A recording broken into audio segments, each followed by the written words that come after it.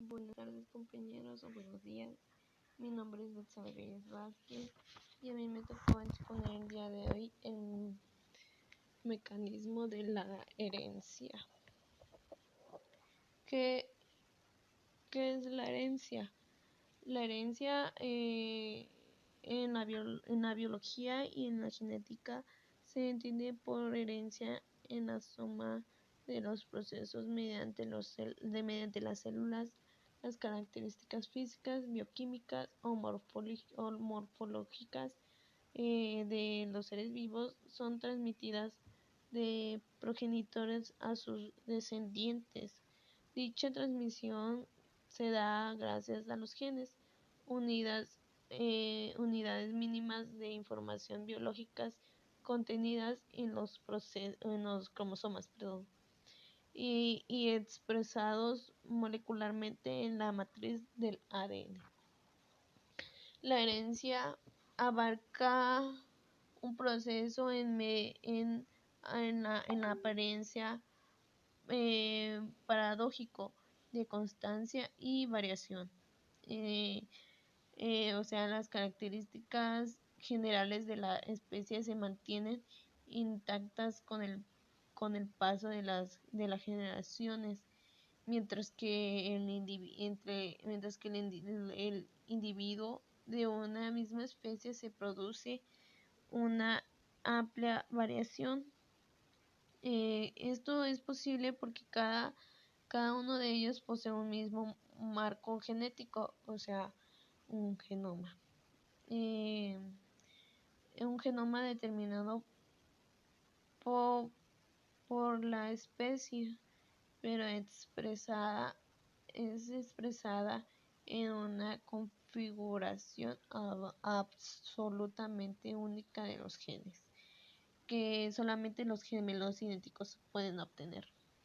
El contenido genético de los individuos se replica durante la división celular, específicamente durante la replicación del núcleo, y es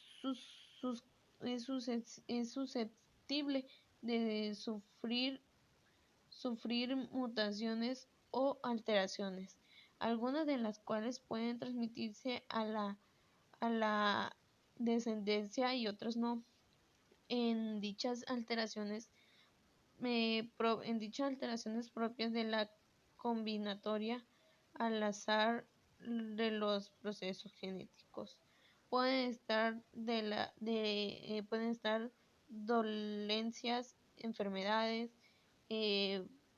o patrones metabólicos e incluso tal vez rasgos de la conducta. Tipos de la herencia. Gracias a los estudios de genética de más de 100 años de investigación, hoy en día pues conocemos que la herencia puede darse de 4 distintas formas, que es dominante, recesiva, codominante y intermedio. De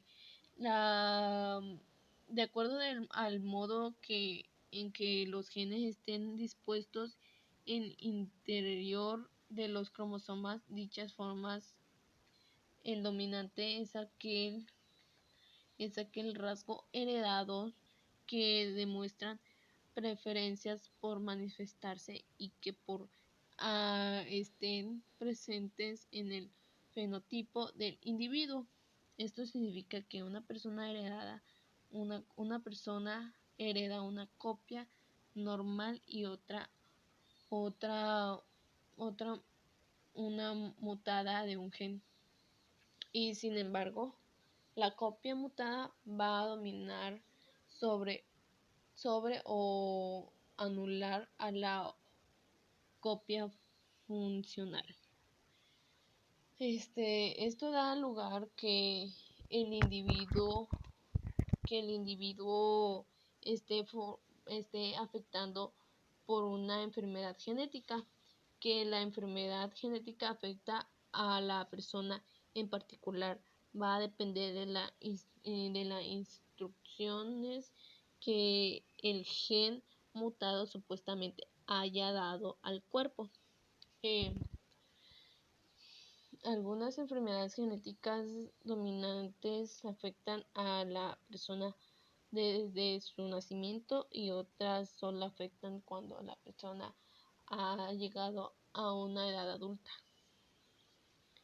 Se conoce como enfermedades de aparición tardía.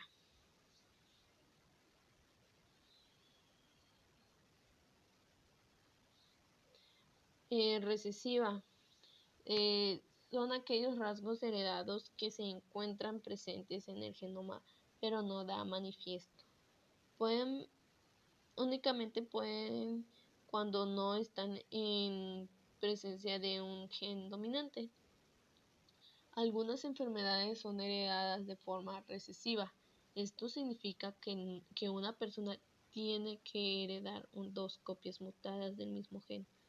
Una copia mutada de cada padre. O sea, una copia mutada de cada padre. Para proceder la enfermedad, si una persona hereda una copia mutada de un gen y una normal, en la mayoría de los casos será una persona sana portada, ya que la copia normal va a compensar a la mutada. Ser una persona portada significa que no tienen la enfermedad, pero se posee una copia mutada del gen de la pareja de genes, o sea, papá y mamá. Si ambos progenitores son portadores de la misma mutación del gen, pueden transmitir el gen mutado o el normal a su descendencia, y esto va a ocurrir al azar. También, sin embargo, el gen mutado o el normal a su descendencia, esto va a progenitarse portadores de la misma mutación del gen. Pueden transmitir el gen mutado o el normal a sus hijos, y esto va a ocurrir también al azar. Cada uno de los hijos de padres portadores de la misma mutación genética tienen un 25% de probabilidad de heredar la mutación de ambos progenitores y padecer de la enfermedad. O sea, uno de cuatro posibilidades. Esto también significa que hay un 75% de probabilidad de que el niño no se esté afectado por la enfermedad, o sea, 3 de 4 posibilidades. Esta probabilidad sigue siendo la misma en cada embarazo en niñas y niños. Codominante.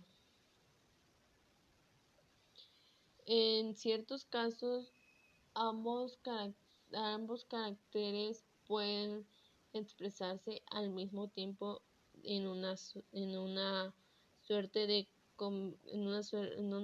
combinatoria. Sin embargo, sin que ningún dominante y el otro sea recesivo. Es un modelo hereditario, no mendeliano.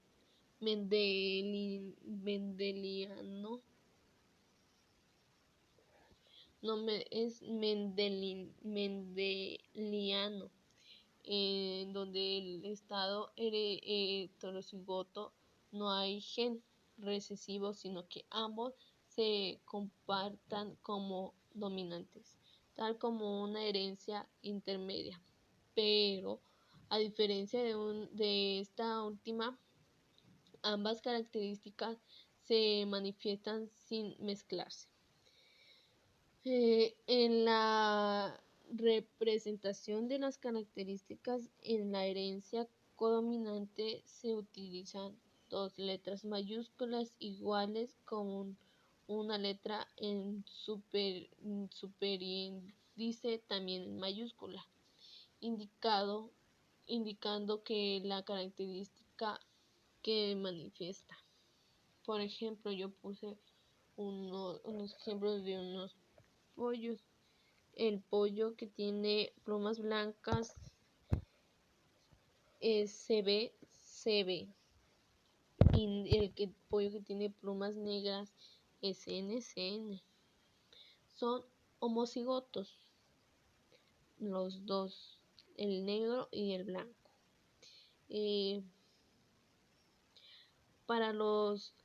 Son homocigotos para los alelos CB y CN, respectivamente. Se esperaría que los pollos heterocigotos CBCN fueran negros si el patrón hereditario siguiera la ley de la dominancia de Mendel, o que fueran grises si se tratara de una característica dominante incompleta. Aquí, como pueden ver en los pollos,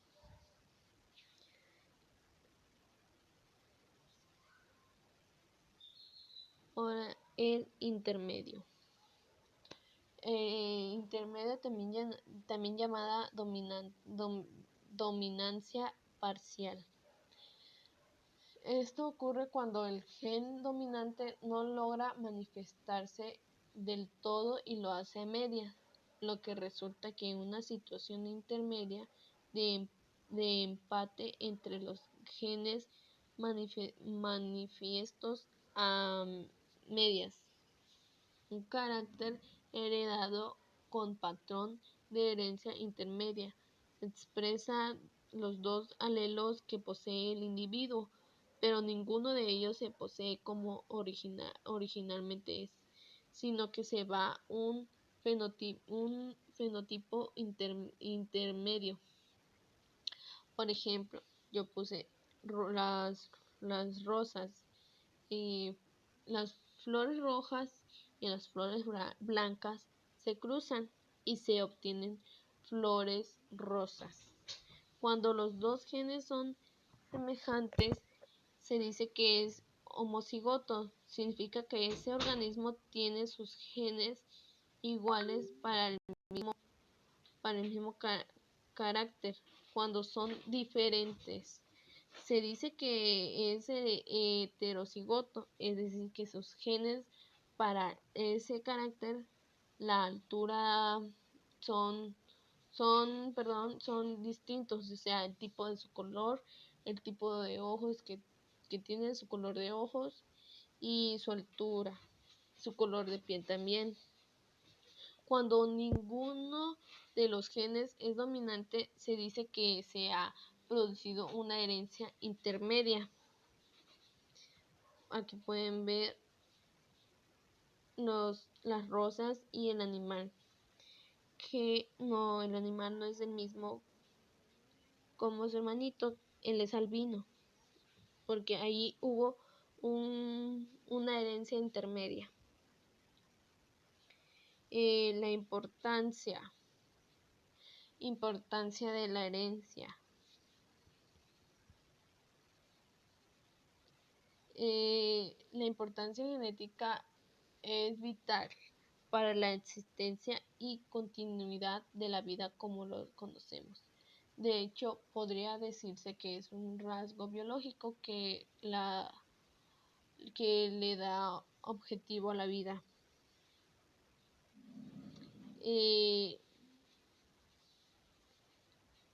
La